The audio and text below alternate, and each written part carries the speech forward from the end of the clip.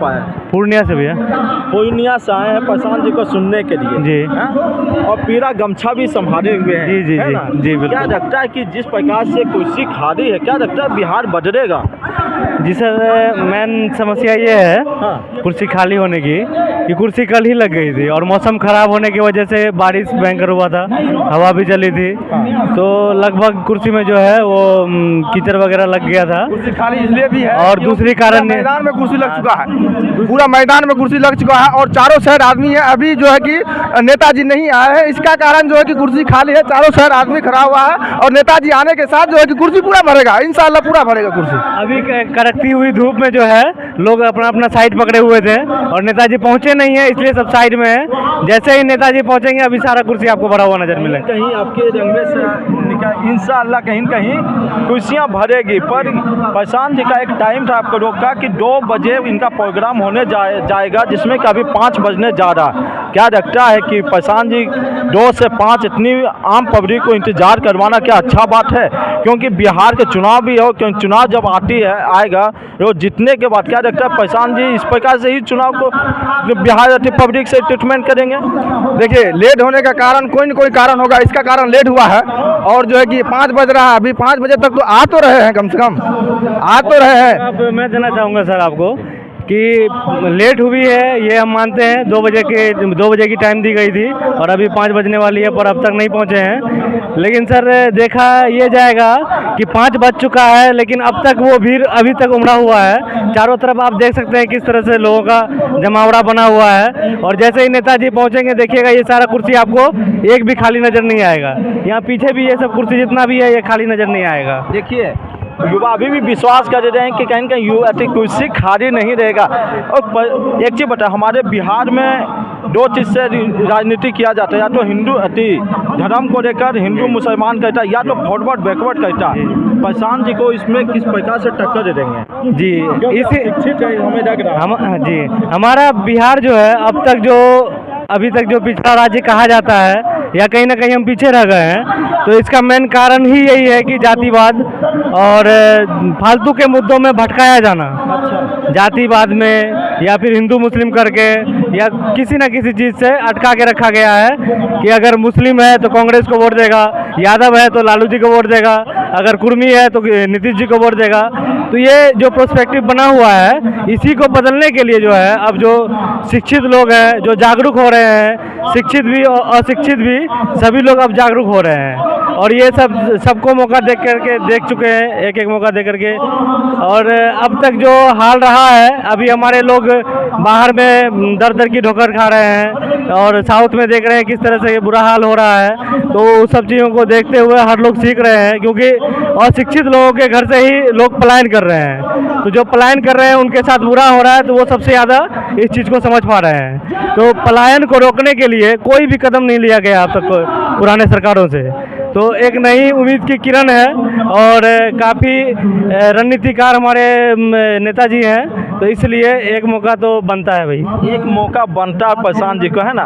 एक चिराग जी का एक नारा था 2020 में, बिहार फर्स्ट बिहारी फर्स्ट। जी जी, क्या लगता है कि बिहार फर्स्ट बिहारी फर्स्ट का जो अब होने हमें लगता है 5 साल होने जा रहा है, देखिए बिहार फर्स्ट बिहारी फर्स्ट नहीं हुआ है क्या? जी जी, नहीं हुआ है, कहीं से भी नहीं हुआ है, किसी भी प्रोस्पेक्टिव से अब तक ना बिहार फर्स्ट हुआ है ना बिहारी फर्स्ट हुआ है। चिराग पासवान मंत्री बन के बैठे, बिहार फर्स्ट बिहारी फर्स्ट नहीं हुआ है। देखिए, चिराग पासवान व्यक्तिगत तौर पे अच्छे नेता हैं, ये हम मानते हैं, पर उनका जो विचारधारा जो जुड़ा हुआ है वो सही नहीं है। क्या विचारधारा सही नहीं है?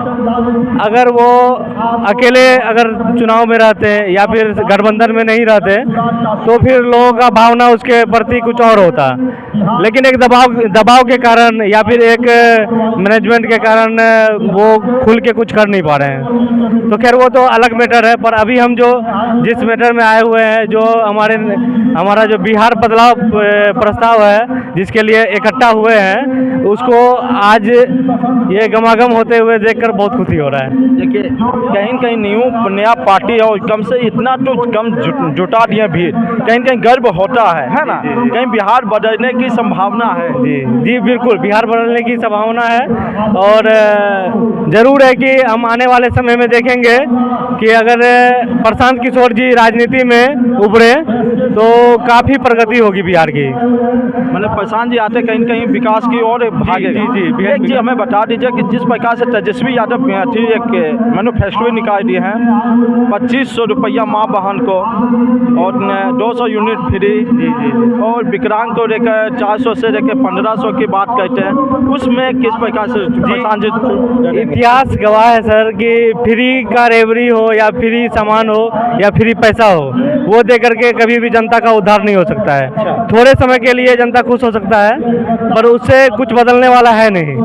आप 2,500 रुपया ही नहीं 5,000 रुपये दे दीजिए, 10,000 रुपया ही दे दीजिए, वो कुछ बदलने वाला नहीं है। जो ज़मीनी स्तर से जो काम किया जाएगा नेताजी के द्वारा वो अलग बदलाव लाएगा। कहीं कहीं दिल्ली में अब भाषण सुनेंगे मोदी जी का भी कि जिस प्रकार से क्या बोलते हैं केजरीवाल रेबड़ी बांट रहे हैं, तो हम जीतते हैं तो हम भी उस प्रकार से रेबड़ी बांटेंगे, क्योंकि देखिए वो तो दिए हैं पर उनकी कहीं कहीं मकसद फेड हो गया। कहीं कहीं दिल्ली में आप देख रहे हैं, न्यूज़ देखते होंगे, कहीं कहीं फेड हो गया।